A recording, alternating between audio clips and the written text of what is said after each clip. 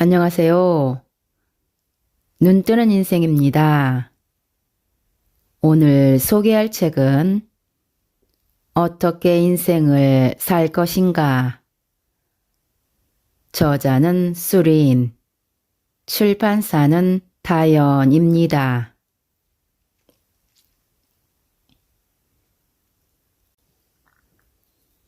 완벽하지 않은 자신을 받아들여라.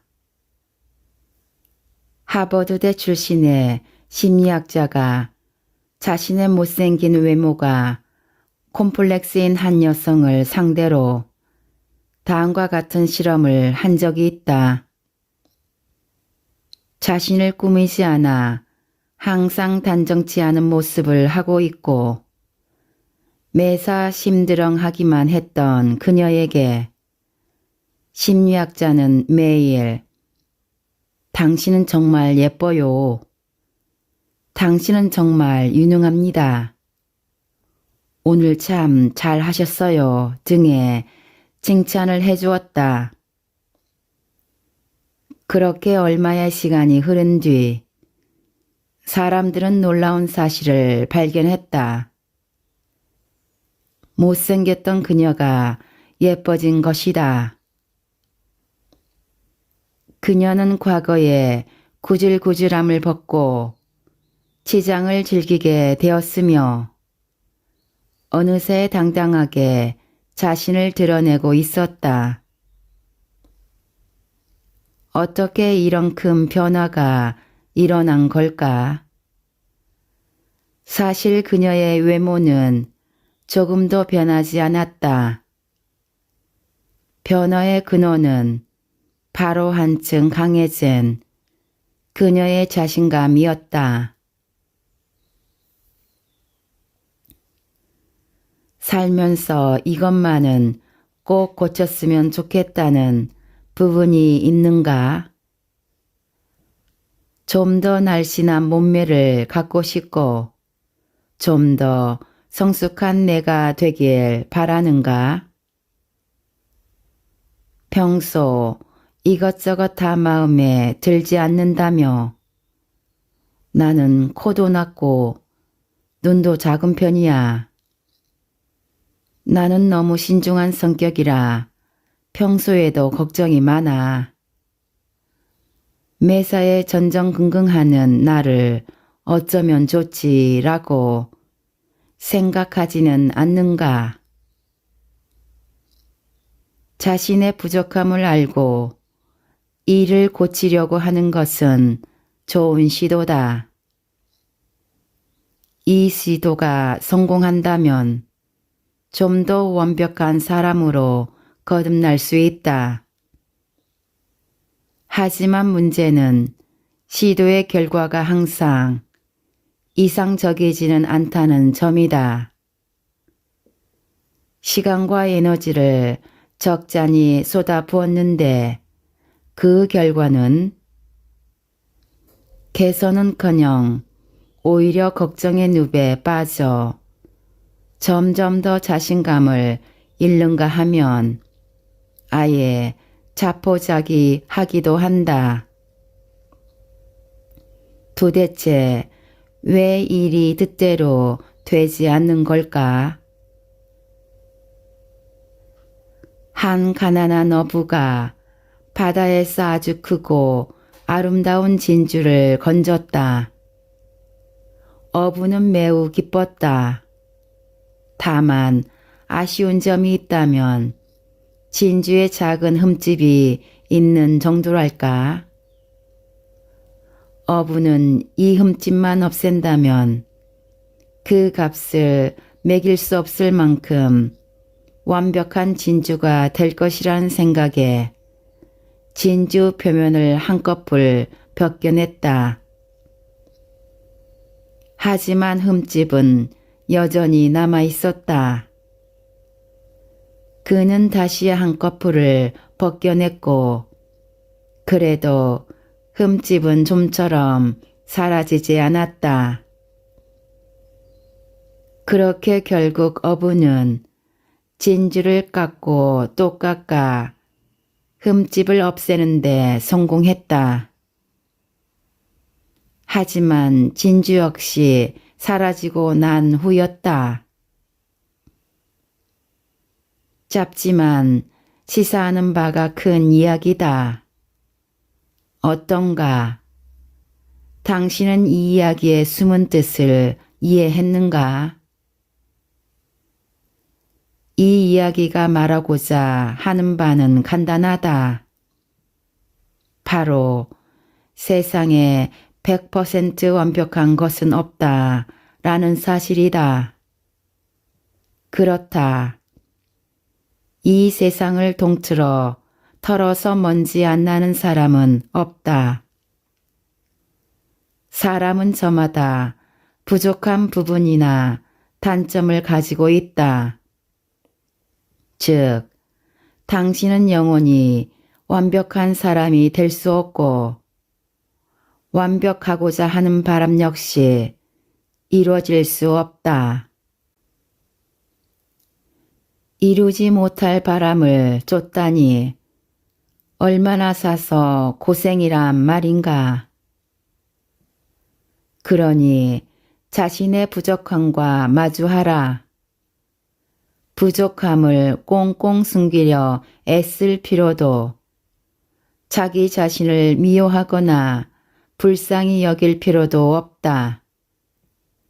있는 그대로를 담담하게 받아들이는 법을 배워라. 하버드대가 배출해낸 무수히 많은 성공 모델이 우리에게 주는 공통된 이미지는 무엇인지 곰곰이 생각해 보라. 하나같이 자신감 넘치고 긍정적이며 열정적이지 않은가? 물론 이들 중 어떤 사람은 말을 더듬는 버릇이 있고 또 어떤 사람은 대중 앞에 나서길 두려워하기도 한다. 그러나 이러한 단점들에도 그들은 여전히 자신감을 잃지 않으며 이렇게 말한다. 자신의 완벽하지 않은 부분을 용감하게 드러낼 줄 아는 것은 하나의 큰 지혜다. 사람은 자신에게 만족할 줄 알아야 한다. 특히 완벽하지 않은 자신에게. 사람의 일생에 완벽이란 없다. 한평생을 추구하고 분투하는 것이 곧 완벽이다. 자신을 인정하고 받아들였을 때 자신의 가치를 높이고 모든 도전을 이겨낼 수 있다. 하버드대 교수 탈 벤 사하르는 자신감을 가질 만한 이력을 지니고 있다. 순조롭게 하버드대에 진학해 학부 과정에서 박사 과정까지 마치며 소위 엘리트 코스를 밟았고 재학 중 우수 학생 톱 3에 들어 교환 학생으로 캠브리지대에서 수학한 바 있다. 졸업 후에는 하버드대에 남아 교수가 되었고 그의 수업은 학생들에게 가장 인기 있는 수업으로 손꼽힌다.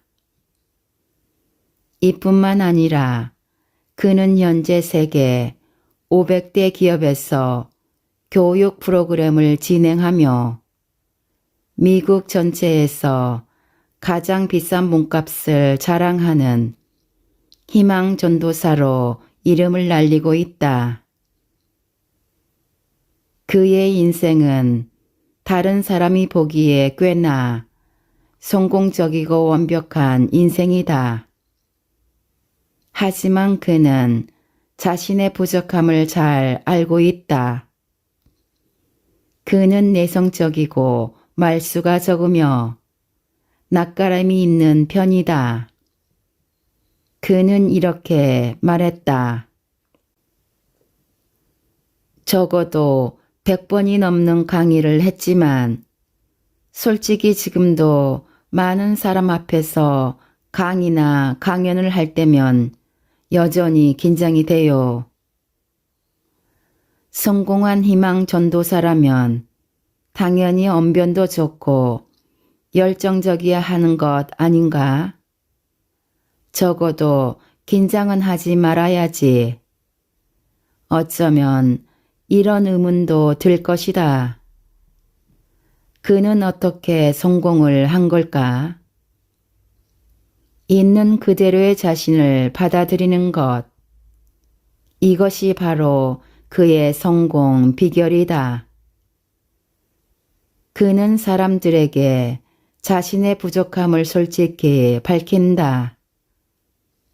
대가라는 칭호를 의식해 자신을 반드시 대가다운 모습으로 보이려 애쓰지 않는다. 낯가림이 있다고 자신을 자책하지도 사람들 앞에서 긴장하는 자신 때문에 마음을 졸이지도 않는다.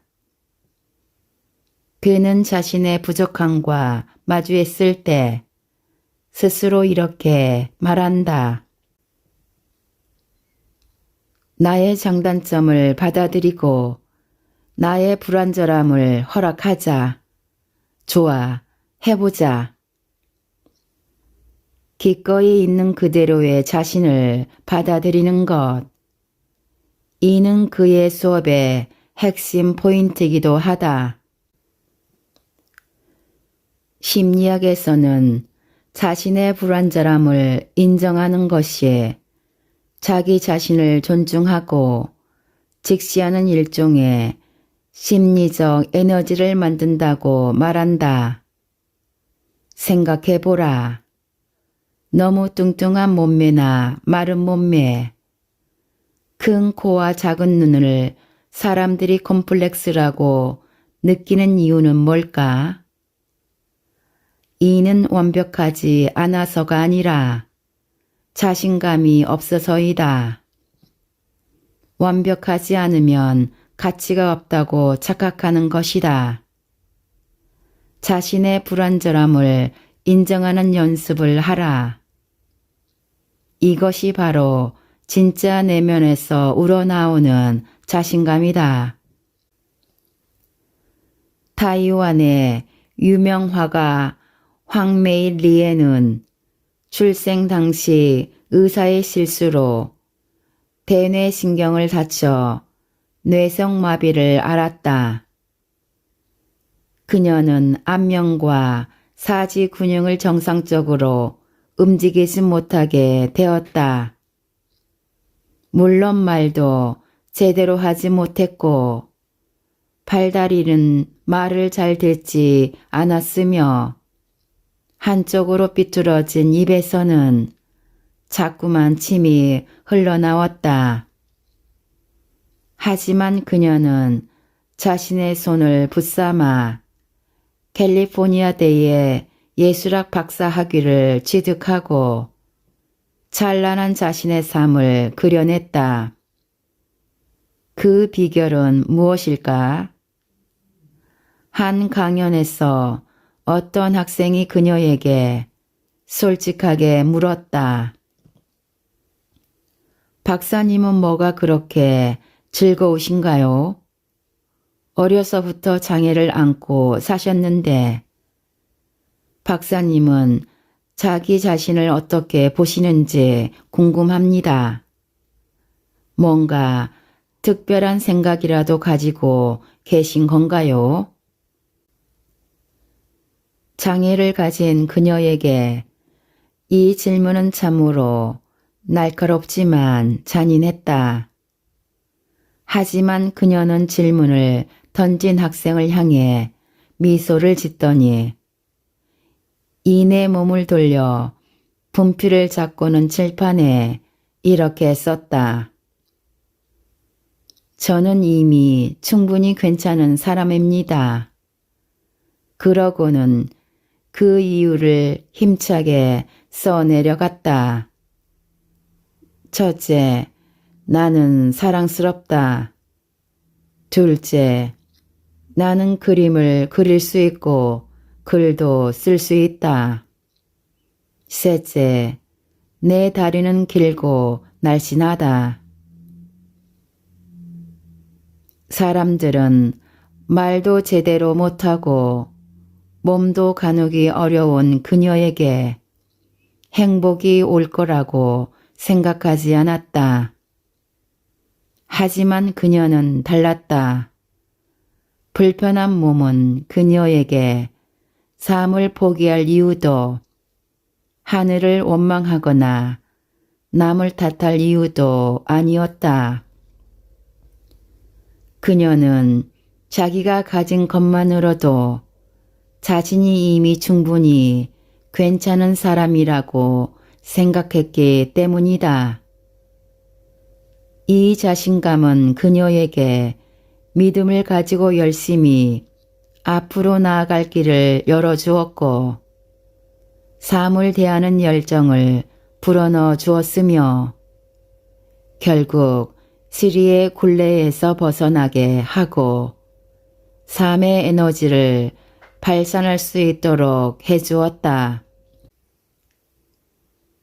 사실 할리우드의 유명 영화배우 오드리 헵번도 그리 완벽한 몸매의 소유자는 아니었다.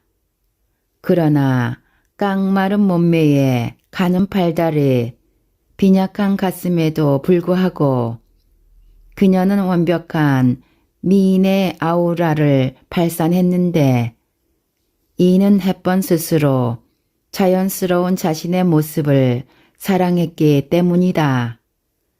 그녀는 말했다. 사람은 누구나 장점과 단점을 모두 가지고 있죠. 이 중 장점을 극대화하면 그 외의 것들은 신경 쓸 필요가 없어요. 본보기로 삼을 만한 멋진 견해다.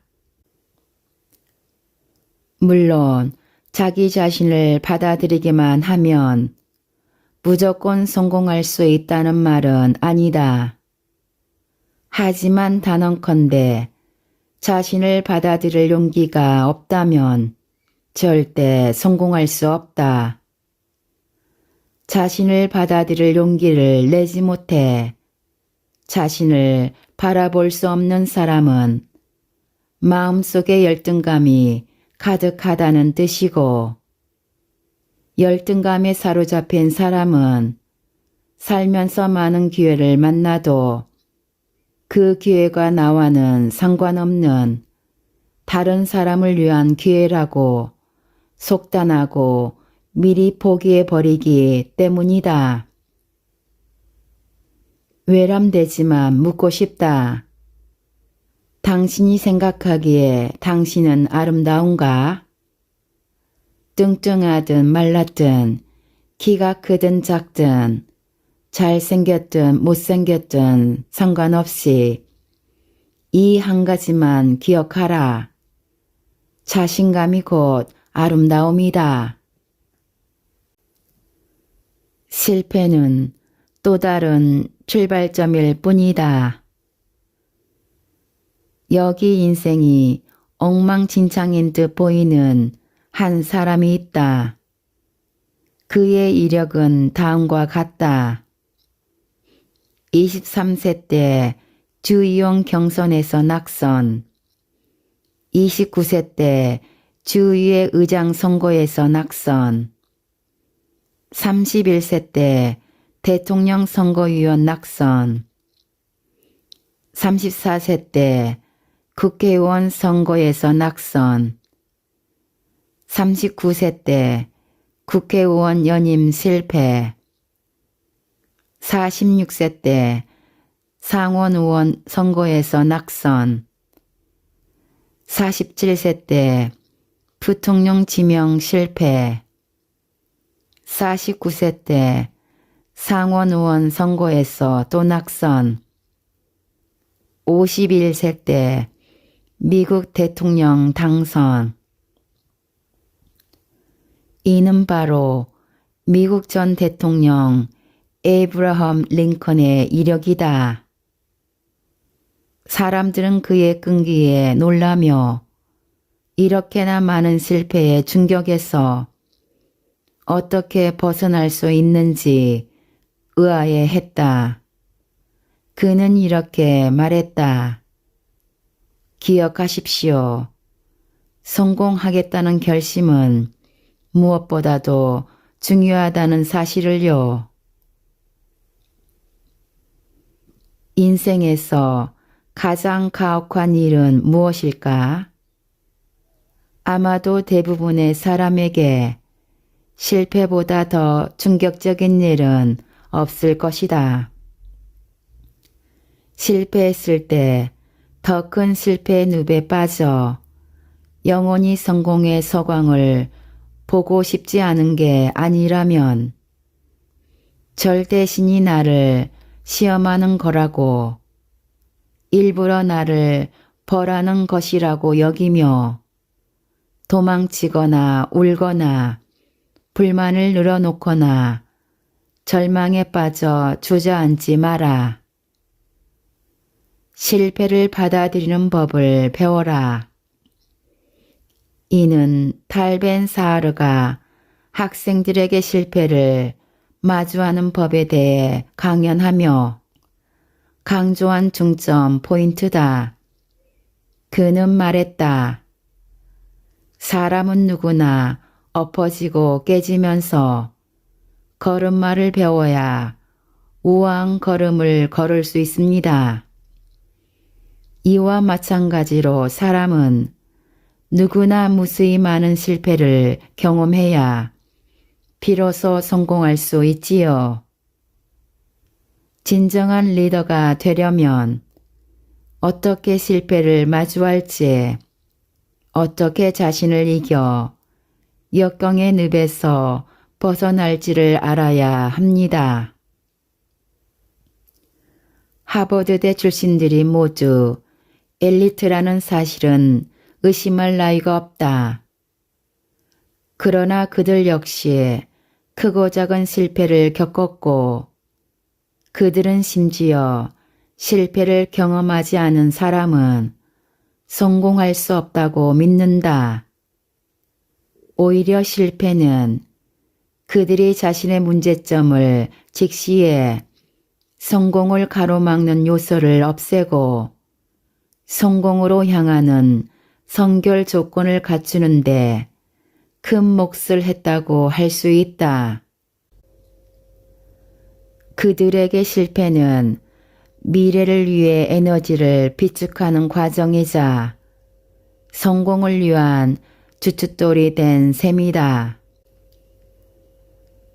하버드대의 저명한 심리학자 펄 허스 프레데릭 스키너 박사는 많은 성공 인사가 성공을 거머쥘 수 있었던 이유는 그들이 수백 번의 실패를 겪고 그 속에서 교훈을 얻었기 때문이었다며 그들이 실패를 경험하지 않았다면 큰 성공을 거두지 못했을 것이라고 말했다. 때로는 막다른 골목길에서 새로운 길을 찾기도 하고 크나큰 시련 앞에 더욱 폭발적인 힘을 내는 것이 사람이라면서 말이다. 당신은 어떤가? 실패를 발판으로 삼아 역전승을 거둔 경험이 있는가? 창업의 꿈을 안고 호기롭고 성인교육 아카데미를 차린 한 20대 젊은이가 있었다.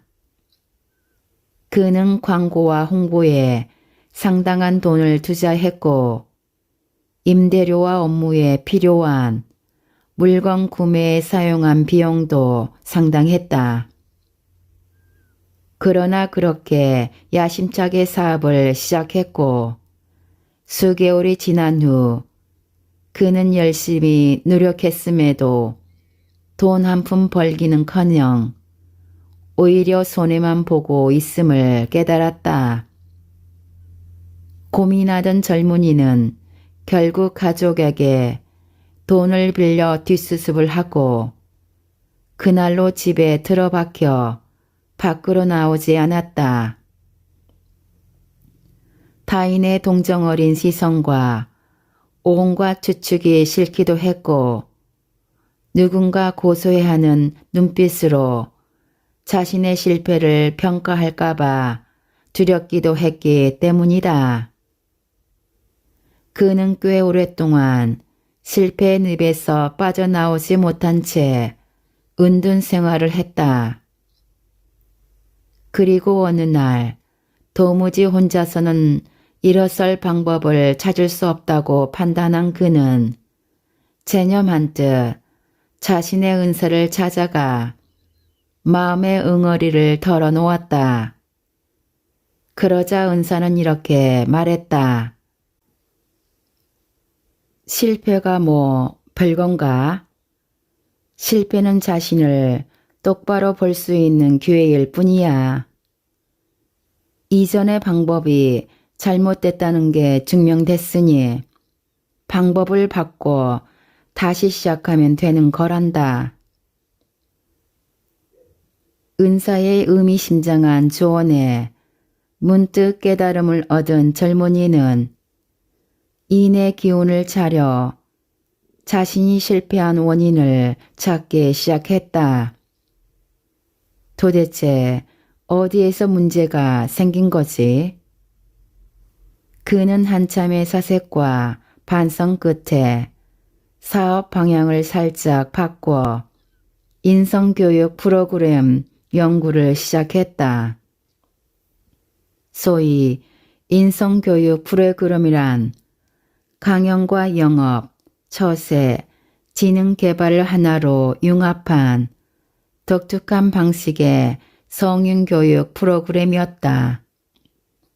젊은이는 낮에는 책을 쓰고 밤에는 야간 학교에서 학생들을 가르치며 열심히 일했고 이후에는 직장인들을 위한 공개 강연반도 개설했다. 그리고 오늘날 그는 미국의 유명 기업가이자 교육가 겸 강연자로서 성인 교육의 아버지, 20세기의 가장 위대한 성공학의 대가라는 칭송을 받고 있다. 이 이야기의 주인공은 바로 미국 인간관계학의 대가 데일 카네기이다. 실패가 행운이 될지 불행이 될지는 온전히 실패를 대하는 우리의 자세에 달려있다. 실패를 겪었을 때 우리는 두 갈래의 갈림길을 마주하게 되는데 이때 주저앉아 믿음을 잃는 길로 접어든다면 당신은 불행해질 수밖에 없다. 그러나 용감하게 다시 일어나 실패를 직시하고 자신이 실패한 진짜 이유를 찾아 이를 이겨내는 길로 나아간다면 완벽한 자아를 실현할 수 있다. 하버드대에서 교pon을 잡았던 미국의 유명 철학가이자 교육가 겸 심리학자 존 두이 역시 실패와 성공의 관계에 대해 이렇게 말했다. 실패는 단지 일시적일 뿐 한 번의 실패가 영원한 실패를 의미하지는 않습니다. 한 사람이 발휘하게 될 기지의 크기나 삶의 방향성은 대개 실패 이후에 결정된다는 것을 잊지 마십시오. 그렇다. 실패는 대수롭지 않은 일이다. 생각을 조금만 바꾸면 실패는 곧 새로운 시작점이 될 수 있다. 아픈 만큼 성숙해진다. 실패는 성공의 어머니다 라는 말이 괜히 나온 게 아니다. 적극적으로 실패와 대면해 실패를 통해 배우고 끊임없이 자기 자신을 보완하여 업그레이드 한다면 얼마든지 자신을 탈바꿈할 수 있다. 그러니 실패했다면 자기 자신에게 내가 왜 실패했을까? 어떻게 해야 실패의 손실을 최소화할 수 있을까? 이번 실패를 통해 무엇을 배울 수 있을까를 묻고 또 물어라. 에디슨은 전등을 발명하는 일에 자신의 에너지를 아낌없이 쏟아부었다.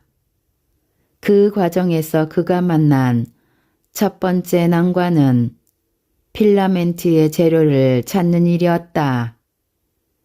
탄화 물질을 시작으로 백금과 이리듐 합금 등을 사용해 봤지만 테스트는 빈번히 실패로 돌아갔다. 이후 양질의 광석과 광맥에서 채취한 1600여 재료들을 사용해 실험을 했지만 결과는 역시 실패였다. 거듭되는 실패에 그의 조수는 풀이 죽어 말했다. 많은 시간을 들여 이렇게 많은 시도를 해봤는데 모두 실패네요. 그러자 그는 엷은 미소를 지으며 말했다. 적어도 몇천 가지의 재료는 사용할 수 없다는 걸 알아냈는데 어찌 실패라고 말할 수 있겠나? 이는 성공만큼이나 가치 있는 일이라네. 그는 다시 다른 재료를 사용해 필라멘트 실험을 계속했고 끝내 탄소선을 유리구에 넣어 세계 최초로 탄소선 백열등을 만드는데 성공했다. 하지만 이 백열등은 상용화되기에는 많은 문제점을 안고 있었고 이는 그에게 또 다른 실패나 마찬가지였다. 간단해 보이는 전등을 만들기 위해 에디슨은 무려 5만 번가량의 실험을 진행했고 그에 관한 실험 기록도 150여 권에 달했다.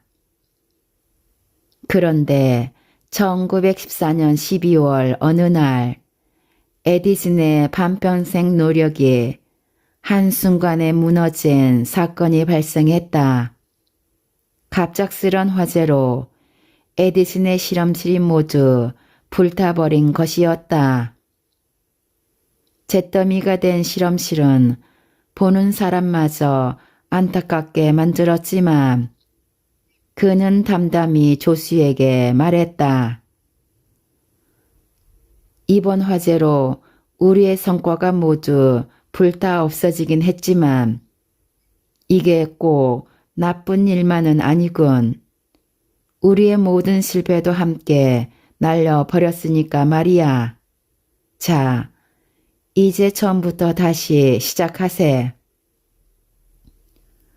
훗날 그는 대나무 섬유를 탄화한 필라멘트로 이전의 어느 실험 때보다도 이상적인 결과를 얻었는데 이렇게 해서 탄생한 것이 바로 전기를 흘려보내면 장장 1200시간 동안 불이 들어오는 최초의 백열전등이었다. 에디슨의 성공은 실패의 경험을 겸허히 받아들이고 이를 종합해 성공의 주춧돌로 삼은 덕분이었다. 기억하라. 성공하느냐 실패하느냐는 한순간에 결정되는데 끊임없이 나를 발전시킬 때 비로소 진짜 자아를 실현할 수 있다. 지금까지 어떻게 인생을 살 것인가에서 일부 발췌하여 읽어드렸습니다. 좋은 책을 써주시고 편해주셔서 감사드립니다. 우리 모두 책을 통해 조금씩 성장해 나갔으면 합니다. 감사합니다.